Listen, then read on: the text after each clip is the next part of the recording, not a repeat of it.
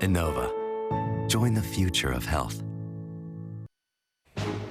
Breaking news tonight, striking revelations and allegations from James Comey.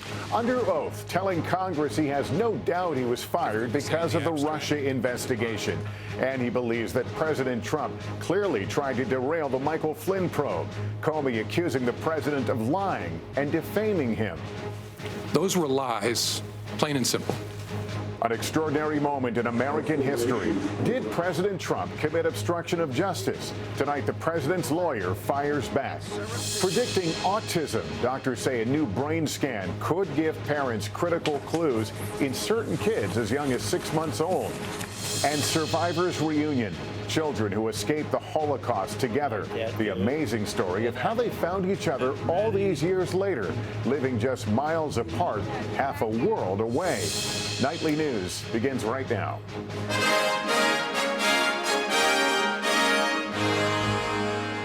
This is NBC Nightly News with Lester Holt, reporting tonight from Washington. Good evening. We're glad to have you with us on the day that Washington and much of the country stood still. For 2.5 hours, the nation was riveted as James Comey, the ex-head of the FBI, stood his ground, telling a Senate committee he believed the President of the United States fired him because of the FBI's Russia investigation, and that the White House had subsequently lied about him and the FBI. Comey weaving a detailed narrative about disturbing conversations with President Trump, including one in which he says the president directed him to drop the Michael Flynn case. Comey's testimony leaving questions of potential obstruction of justice still hanging in the air, even as the White House found some vindication in his words. We have complete coverage starting with Chief White House correspondent Hallie Jackson. Commanding a spotlight entirely his, James Comey turned it onto the president, describing Donald Trump as not truthful and not credible. I was honestly concerned that he might lie about the nature of our meeting, and so I thought it really important to document. Those memos provided the basis of James Comey's testimony today. Dramatic, compelling, and controversial. Did the president at any time ask you to stop the FBI investigation into Russian involvement in the 2016 U.S. elections? Not to my understanding, no. Comey, less conclusive when asked about Michael Flynn, the fired national security advisor. After testifying, the president said he hoped Comey would let Flynn go. I took it as a direction. Right. I mean, this is the president of the United States, with me alone, saying, I hope this. I took it as, this is what he wants me to do. Now, I didn't obey that, but that's the way I took it. You may have taken it as a direction, but that's not what he said. Correct. He said, I hope. Those are exact words, correct. Do you sense that the president was trying to obstruct justice? I'm sure the special counsel will work towards to try and understand what the intention was there and whether that's an offense. That, a bombshell, implying the special counsel is looking at whether the president broke the law by directing Comey to dial back an investigation. Why didn't you stop and say, Mr. President, this is wrong? Maybe if I were stronger, I would have.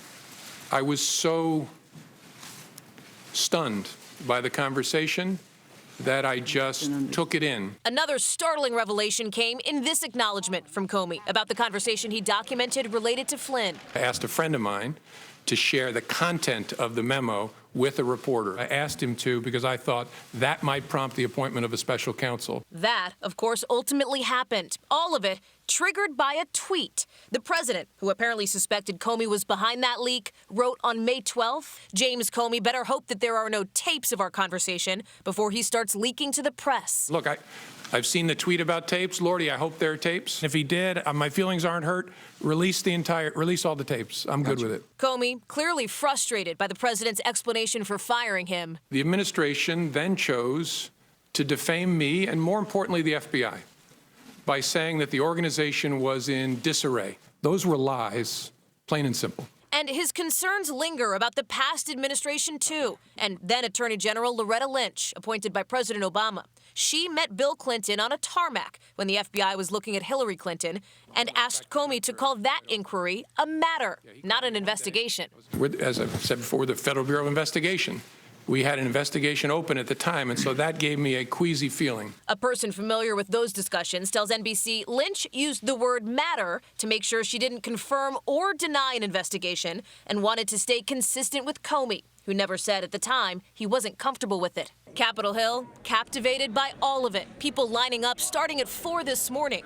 A group of FBI employees in the room to give moral support, calling themselves Comey's homies, and getting a passionate goodbye from their former director. It was the honor of my life to serve beside you, to be part of the FBI family, and I will miss it for the rest of my life. Republicans, skittish, still giving the president the benefit of the doubt. The president's new at this. He's new to government. And so he probably wasn't steeped in the long-running protocols that establish the relationships between DOJ, FBI, and White Houses. Democrats unsatisfied. So the president needs to address the various allegations that have been made. And if he doesn't feel that they're accurate, he should say so. But if he can't rebut what's been said, that will be pretty damning.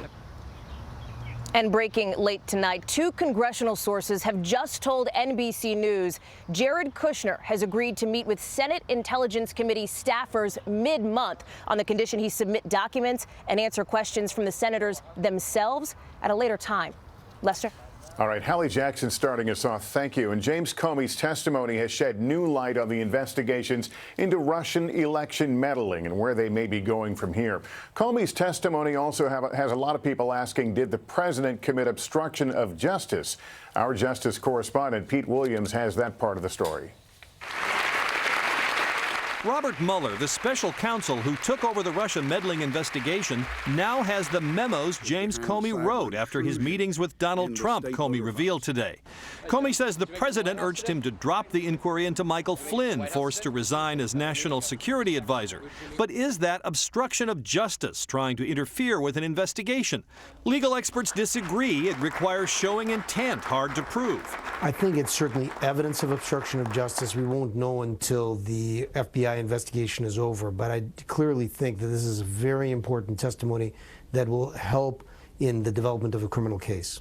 Watching closely today, Congressman Adam Schiff, top Democrat on the House investigation. He says it's telling that the president asked the Attorney General and others to leave after an Oval Office meeting so Trump could be alone with Comey. My sense was the Attorney General knew he shouldn't be leaving, which is why he was lingering. What was among the most striking to me is the president basically telling everyone else to get out of the room. As a former prosecutor, that says to me he is conscious that what he is about to do is improper. Comey says he never told Attorney General Jeff Sessions about the meetings, partly because it was thought Sessions was about to take himself out of the Russian case, and partly for another reason.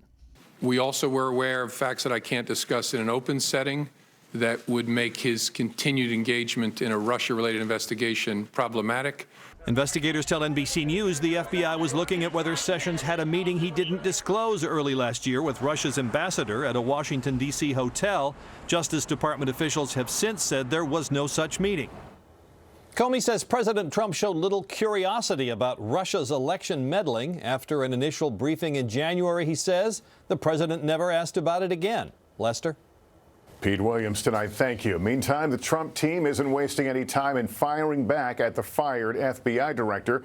The president's lawyer addressing the media this afternoon saying Comey is the one not telling the truth. We get new details on what that's all about from NBC's Peter Alexander. President Trump today off Twitter and on message, finding a friendly crowd at an evangelical conference. Because as the Bible tells us, we know that the truth will prevail. No mention of James Comey, later ignoring reporters' questions here at the White House. Mr. President, do you think he told the truth?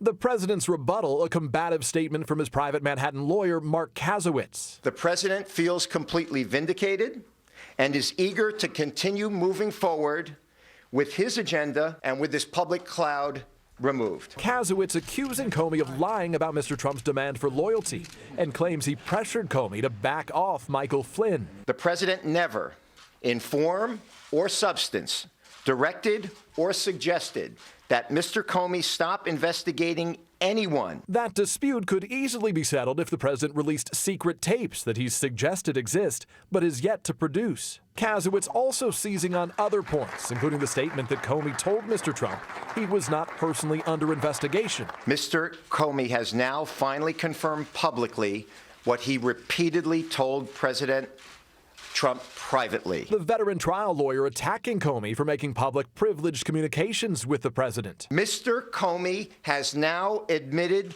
that he is one of these leakers. The president's son, Don Jr., did tweet, "Flynn stuff is BS," adding, "very far from any kind of coercion or influence and certainly not obstruction." The strategy going forward, White House veterans insist, leave the Russia investigation to the lawyers. I would allow the White House to be focused on helping the president do the job of being president. And to me, that's most important. Don't get wrapped around the axle of the investigation. Tonight, a White House spokeswoman is pushing back after Comey blasted the White House for telling, quote, lies about his dismissal. Sarah Huckabee Sanders flatly declaring the president is not a liar. Lester, back to you. Peter Alexander at the White House, thank you. And for more on the political and the potential legal fallout from Comey's testimony, let me bring in Chuck Todd here with us in Washington and Savannah Guthrie back in New York. Chuck, let me start with you. We heard the Speaker of the House a moment ago say, essentially, the president's a newbie and may not know the ropes of protocol. Talk about the political fallout here, not only among Democrats, but within his own party. Look, I think publicly, Republicans like Paul Ryan and others who were never big Trump fans, there's that part of the party, but they continue to try to essentially publicly protect him. And that was a sense that he'd done that. Now, the problem is, I think Speaker Ryan looks silly, especially given the worst aspect of it is the president told the attorney general to leave the room. So that tells you he knew that was what he needed to do there. So I think it actually undercuts the larger issue that Paul Ryan was bringing up. But look, I think politically today, the president survived as far as his base is concerned outside of Washington. James Comey, though, did a lot of damage to the president's reputation here in Washington, and that is going to leave collateral damage with Republicans here in Washington for some time. All right, let me turn to Savannah. Savannah, you wear a lot of hats around here, also our chief legal correspondent.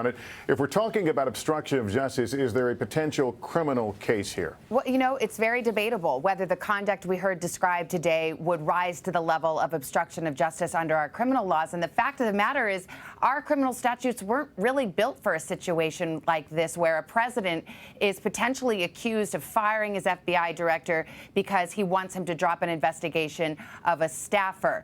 What would likely happen is that if the special counsel thought something was wrong here, that there was a criminal offense, that he would end up referring it back to Congress. There is Department of Justice guidelines that say you can't indict a sitting president. So yes, there are legal questions here, but they're going to end up in the political branches with Congress if we get there. All right, Savannah and Chuck, thanks to both of you. From coast to coast today, the Comey hearing was must-see TV for millions of Americans, many stopping everything to tune in, eyes glued to their screens, even holding watch parties to share the experience together. NBC's Gadi Schwartz samples the reaction across the country. Now we're going to come around and bring him back. From the zen of morning yoga to the stress of the rush hour commute. Why do you believe you were fired? It was a Senate hearing heard round the country. At the dentist, getting ready for work, even in bars open early for Comey testimony watch parties. Let's get it all on the table at this point. There seems to be an awful lot of smoke, but not fire. This was Beltway politics in a way that looked more like the NBA Finals than a Senate Intelligence Committee hearing. We had about the same amount of crowd last night for the Warriors game, but politics, it was definitely the busiest we were at 6 a.m. For the most part, those who turned up for parties in San Francisco, D.C., Houston, Los Angeles, rooting on the former FBI director. This guy is presidential in a way that I think we've been lacking. But in places like Gilbert, Arizona, liberals, conservatives, independents making their way to work agreed on one thing. The debacle is getting way too complicated to follow. I'm kind of hoping I'll wake up in a few years and we'll still be a country and we'll have moved on from whatever it is. Many feeling that Trump should expect loyalty. I think Comey is full of hot air, and he deserved to be fired. It's a witch hunt. Others saying they believe Comey's word over the president's. He's definitely a straight shooter. But when it comes to Russia here in Trump country, some shoulder shrugs. It doesn't affect my day-to-day life at all. A nation diverse and divided, watching a political spectacle that grows every day. Gadi Schwartz, NBC News, Gilbert, Arizona. On Wall Street today, another record day. The Dow finishing up at 21,182 after hitting a new all-time high during the trading day. The Nasdaq and S&P were up as well. Experts say investors were not rattled by Comey's testimony. They're more focused on events right now in Europe, and markets closed before exit polls showed potentially surprise election results in the UK. Back at home in Georgia, horror on the roadway when a church bus